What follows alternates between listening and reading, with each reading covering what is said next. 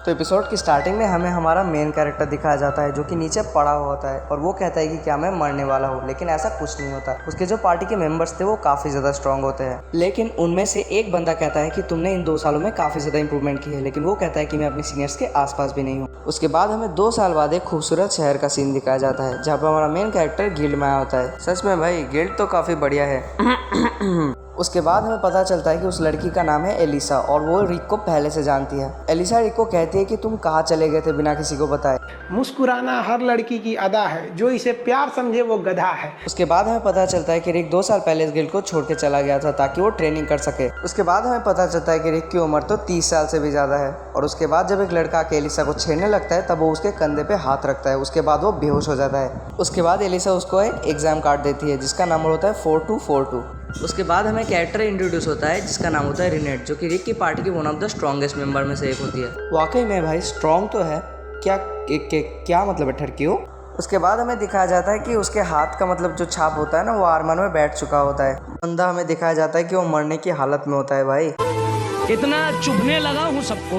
भाई रिक की बॉडी देखो जरा एक बार। उसके बाद हमारे रिक की चेकिंग होती है और उसके बाद उसका हाइट और वो मेजरमेंट सब लेने लगते हैं वो लोग। इसके बाद जो एग्जामिनर्स होते हैं वो इन लोग की पावर चेक करने के लिए माना क्रिस्टल पर हाथ रखने को कहते हैं। सब रखते हैं, लेकिन उसके बाद जब हमारा रिक रखता है तब वो माना क्रिस्टल ब्रेक हो जाता है। टूटा जो दिल किसी का। उसके बाद हमें एक दूसरे टेस्ट का सीन दिखाया जाता है जहाँ पे उन लोग को एक स्लाइम बैग को फिनिश करना होता है। उसके बाद के सीन में हमें दिखाया जाता है कि रिक उसके एक पार्टी के मेंबर के साथ जो ट्रेनिंग कर रहा होता है उसकी पास्ट मेमोरीज को याद कर रहा होता है। उसके बाद सीन प्रेजेंट में आता है और उसके बाद एक नॉर्मल लड़का मतलब स्लाइम बैग पे मारता है, लेकिन ज़्यादा कुछ नहीं होता। और उसके बाद एक रॉयल पैलेस का एक छपड़ी आता है जो कि मारता है। उसके बाद मतलब वो भाव तो बहुत मार आता है, लेकिन एक छोटा सा फायरबॉल बनता है और उससे ज़्यादा कुछ नहीं होता।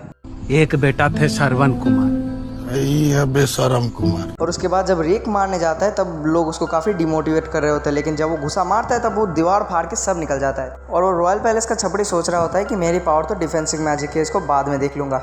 उसके बाद के सीन में हमें दिखाया जाता है कि सब लोग रिक के ऊपर हमला कर रहे होते हैं, लेकिन लेवल 1 का मैजिक, 2 का मैजिक, 3 का मैजिक, 4 का मैजिक, लिटरली 5 का मैजिक भी उसके ऊपर कुछ नहीं कर रहा होता है।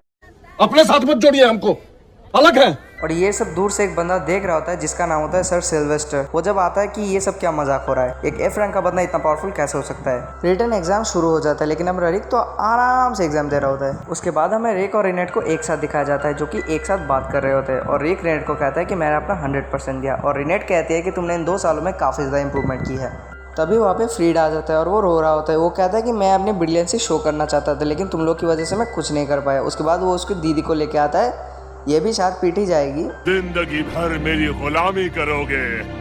उसके बाद वो अपना इंट्रोडक्शन देती है और कहते हैं कि मैं डार्मवुड फैमिली की पहली डॉटर हूँ। वो उसको लिटरली 40 साल का बुढ़ा कह के इंसल्ट कर रही होती है। और हमारा रिक इतना पागल था, वो उसके ऊपर एक रुमाल फेंक के मारती है और रिक उसको उठा लेता है। फिर रिनेट एक्सप्लेन करती है कि इसका मतलब तुमने उसका चैलेंज एक्सेप्ट कर लिया है। रिक कहता है कौन सा चैलेंज, और फिर वो कहती है 1 वर्सेस 1 में डुअल करो मेरे साथ, और जो हारेगा वो जीतने वाले का सर्वेंट बनेगा सारी जिंदगी के लिए। और हाँ दोस्तों, छोटे मियाँ का नाम होता है हमारा फ्रीड और बड़े मियाँ का नाम होता है हमारा एंजेलिका। रिक रिनेट को पूछता है कि वो कितनी पावरफुल है। रिनेट कहती है वो एक रॉयल गार्ड जितनी पावरफुल है। फिर रिक कहता है कि रॉयल गार्ड कितना पावरफुल होता है। फिर रिनेट कहती है एक बी रैंक जितना पावरफुल होता है वो। रिक कहता है कि बी रैंक हो तो मुझे जान से मार देगी रिनेट। फिर रिनेट उसको मोटिवेट करने के लिए कहती है कि याद करो वो 2 साल पहले की ट्रेनिंग, तुम ऑरिक्लम फीस्ट के एक मेंबर हो। फिर रिक कहता है कि थैंक्स याद दिलाने के लिए। पहले वार करने के लिए एंजेलिका सामने आती है और वो वार करती है, लेकिन वो इतना स्लो होता है कि रिक उसको देखते ही रहता है और वो साइड से निकल जाती है। विनोद नाम है हमारा। वो उसका स्पेशल अटैक करती है, लेकिन वो भी बहुत स्लो होता है। रिक उसको आराम से डॉज कर लेता है और वो उसका फालतू का स्पेशल अटैक भी सिर्फ 3 ही बार यूज कर सकती थी, उसमें से 1 बार वो यूज कर चुकी है। भाई क्या बंदे। भाई मैं लाइव का पहला ऐसा एनीमे देख रहा हूँ जिसमें MC इतना पावरफुल है, उसकी वजह से विलेन को प्लॉट आर्मर देने की जरूरत पड़ रही है। एंजेलिका का पैर स्लिप हो जाता है और उसकी मूवमेंट अनप्रिडिक्टेबल बन जाती है, इसलिए रिक सोचता है कि भाई ये क्या हो रहा है, लेकिन वो उस अटैक को बाल बाल डॉज कर लेता है। भाई बहुत मेहनत लगती है उसको। एंजेलिका उसका special move last time use करने जाती है, लेकिन रिक इतना पावरफुल पंच मारता है कि 50 मीटर के रेडियस तक पूरा तहस नहस हो जाता है। एंजेलिका उसके घुटनों पर आ जाती है एक हेंटाई गर्ल के पोज की तरह। एंजेलिका रिक को कह रही होती है कि क्या हो तुम। रिक कहता है कि मैं तो इंसान हूँ, तुम अपना बताओ। अब जब रिक उसके सामने एक कदम कर करके बढ़ रहा होता है तब वो डर के मारे पीछे हट जाती है और रिक उसको सिर्फ उसके प्रॉमिस के बारे में याद दिलाता है कि स्लेव के बारे में क्या हुआ। लेकिन अभी एंजेलिका और उसका भाई दोनों गॉट ट्रॉमेटाइज्ड और वो दोनों वहां से भाग जाते हैं। हम भी पहले गए थे, तुम भी पहले जाओ। रिक कहता है कि रिनेट को अगर मैं पास हो गया तो वही बढ़िया है। रिनेट रिक को कहती है कि हमारे पार्टी के बाकी मेंबर्स हमारे साथ मिलने आ रहे हैं। रिक रिनेट को पूछता है कि वो लोग यहाँ पे क्यों आ रहे हैं, लेकिन रिनेट उसको कहती है कि तुमने 2 साल में कितनी ट्रेनिंग की है वो लोग वो देखने के लिए आ रहे हैं। दूसरे एपिसोड की स्टार्टिंग में हमें एक हीरो का सीन दिखाया जा रहा है जो कि एक ड्रैगन के साथ फाइट कर रहा होता है और ये ड्रैगन काफ़ी ज़्यादा पावरफुल होता है और उसके बाद हमें पता चलता है कि रिक ये किताब पढ़ रहा होता है। उसके बाद हमें एलिसा का सीन दिखाया जाता है जो कि कह रही होती है मैं तुम लोग के कार्ड में पावर सेंड करूंगी और अगर वो ब्लू हो गया तो तुम लोग पास हो जाओगे। वही हमें दिखाया जाता है कि रिक थोड़ा नर्वस हो जाता है और उसके बाद रिनेट उसको समझाती है कि अपने ऊपर विश्वास रखो। उसके बाद जब रिनेट पावर सेंड करती है वो पहले तो रेड होता है लेकिन उसके बाद कार्ड ब्लू हो जाता है और उसके बाद हमारा रिक खुश हो जाता है। भाई खुश क्यों नहीं होगा भाई, एग्जाम में पास हो गया भाई, एग्जाम में पास होने की खुशी तुम लोग को क्या पता होगी। उसके बाद जब वो लोग एग्जाम सेंटर के बाहर आते हैं तब उधर उन लोग को एक बंदा दिखता है जो कि शायद रॉयल पैलेस का ही था भाई, और वो आते ही रिनेट को कहने लगता है कि क्या तुम मुझसे शादी करोगी। मरना तेरे को डर नहीं लगता? रिक उससे हाथ मिलाने जाता है लेकिन वो कहता है कि मैं 40 साल के बुड्ढों के साथ बात नहीं करता। उसके बाद रिनेट उसको मारने ही वाली होती है लेकिन रिक अंदर जाके सब रोक देता है।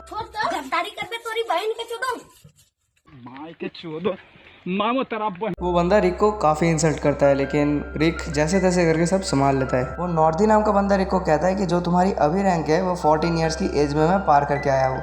और वो नॉर्दी नाम का बंदा रिनेट को ये भी कहता है कि तुम इसको छोड़ो और मेरे साथ डिनर पे चलो। फिर रिनेट उसको कहती है कि मैं इसको डेट कर रही हूँ। उसके बाद वो नॉर्दी नाम का बंदा ये कह के चला जाता है कि मैं तुमको ज़रूर देखूंगा। उसके बाद for the first time in this anime हम रिनेट को स्माइल करते देखते हैं भाई, सच में भाई यार ये कितनी औसम है यार। उसके बाद हमें एक बार का सीन दिखाया जाता है जहाँ पे वो नॉर्दी नाम का बंदा ड्रिंक कर रहा था और यहाँ पे हमें एक इंटरेस्टिंग बात पता चलती है, जो फ्रीड और एंजेलिका थे जो पिट के आए पिछले एपिसोड में वो इसके ही भाई बहन है। उसके बाद वो दोनों नॉर्दी को बताते हैं कि उसने हम लोग को हरा दिया और उसकी उम्र 40 साल थी। इतना तो हमें यहाँ से पता चल गया कि नॉर्दी आगे जाके कुछ खिचड़ी पकाने वाला है। दूसरे सीन में हमें दिखाया जाता है कि रिक को टेंशन हो रहा है क्योंकि उसके लगता है कि अभी नॉर्दी उसका एग्जामिनर बनने वाला है, लेकिन ऐसा कुछ नहीं होता। उसके बाद हमें उसका एग्जामिनर दिखाया जाता है जो कि होता है लिंक्स लैरेट, जो वो कहता है कि 4200 और उसके अबव के स्टूडेंट्स को एग्जामिन करने वाला हो। उसके बाद हमें दिखाया जाता है कि रिक खुश हो जाता है क्योंकि नॉर्दी उसका एग्जामिनर नहीं था। रिक को कहता है कि मैं तुम्हारी हिम्मत की दाद देता हूँ, 30 साल की उम्र में रिसेप्शनिस्ट की जॉब छोड़ के एडवेंचर की जॉब को चुन लिया। उसके बाद वो रिक के साथ हाथ मिलाता है और वहाँ से चला जाता है। रिक के साथ हाथ मिलाने के बाद उसको समझ में आता है कि वो कितना स्ट्रांग है। फिर लिंक्स के सामने हमें एक बंदा दिखाया जाता है जो कि मोस्ट प्रोबेबली नॉर्दी होगा। उसके बाद हमें वेटिंग रूम का सीन दिखाया जाता है जहाँ पे अनाउंसमेंट होता है कि लिंक्स लैरेट जो कि 4200 और उसके अबव का जो एग्जामिनर था वो सडनली इल हो चुका है, जो कि इल नहीं हुआ होता है, नॉर्दी ने उसके साथ कुछ गलत काम किया होता है। उसके बाद एक और अनाउंसमेंट होता है कि लिंक्स लैरेट की जगह पे जो एग्जामिनर होगा वो होगा नॉर्दी, और सब लोग नॉर्दी के बारे में बात कर रहे होते हैं। सभी लोग कह रहे होते हैं नॉर्दी 1000 से भी ज़्यादा स्पेल्स जानता है और काफ़ी ज़्यादा पावरफुल है। उसकी बातें सुन के कहीं ना कहीं हमारे रिक को थोड़ा डर लगने लगता है। उसके बाद हमें दिखाया जाता है कि नॉर्दी स्टेडियम में तबाही मचा रहा होता है क्योंकि भाई वो बहुत पावरफुल है, तरह तरह के स्पेल्स यूज़ कर रहा होता है। और उसके बाद हमें रिक को दिखाया जाता है जो कि बहुत ज़्यादा टेंशन में होता है क्योंकि उसको लग रहा था कि वो थाउजेंड्स ऑफ स्पेल जानता है और इसको उतना कुछ नहीं आता। ये -F रैंक है और एक A रैंक का है। और उसके बाद रिनेट उसको समझाती है कि तुमने 2 साल तक ट्रेनिंग की है, काफ़ी ज़्यादा मेहनत की, ये सब तुम्हारे लिए कुछ भी नहीं है। और उसके बाद रिनेट उसके सामने बैठ जाती है और धीरे धीरे कहने लगते हैं मुझे तुम्हारे ऊपर काफ़ी ज़्यादा विश्वास है। उसके बाद रिक को पता चलता है कि रिनेट सही कह रही है, मुझे इतना घबराना नहीं चाहिए, जो भी होगा देखा जाएगा। उसके बाद हमें एक केव में एक बच्चा दिखाया जाता है जो कि फ्रीड होता है।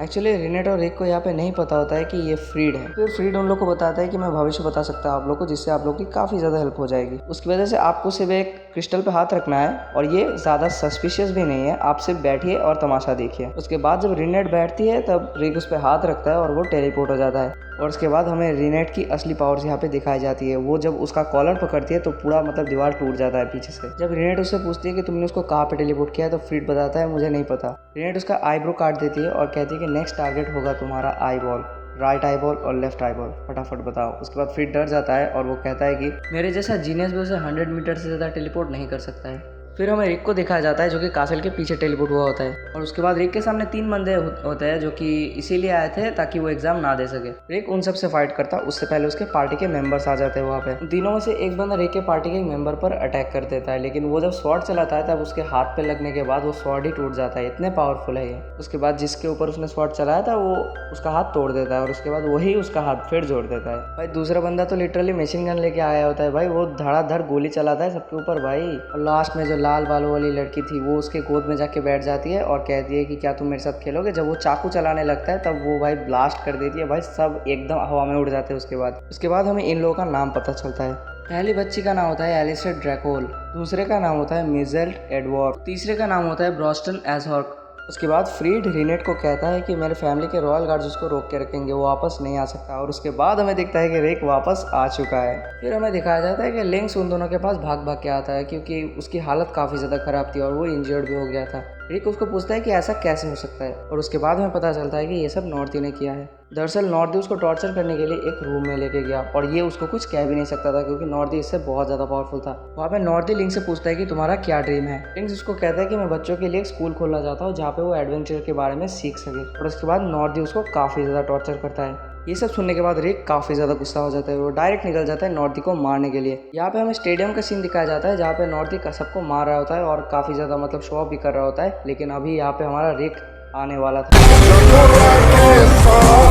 और इसी के साथ हमारा एपिसोड खत्म हो जाता है।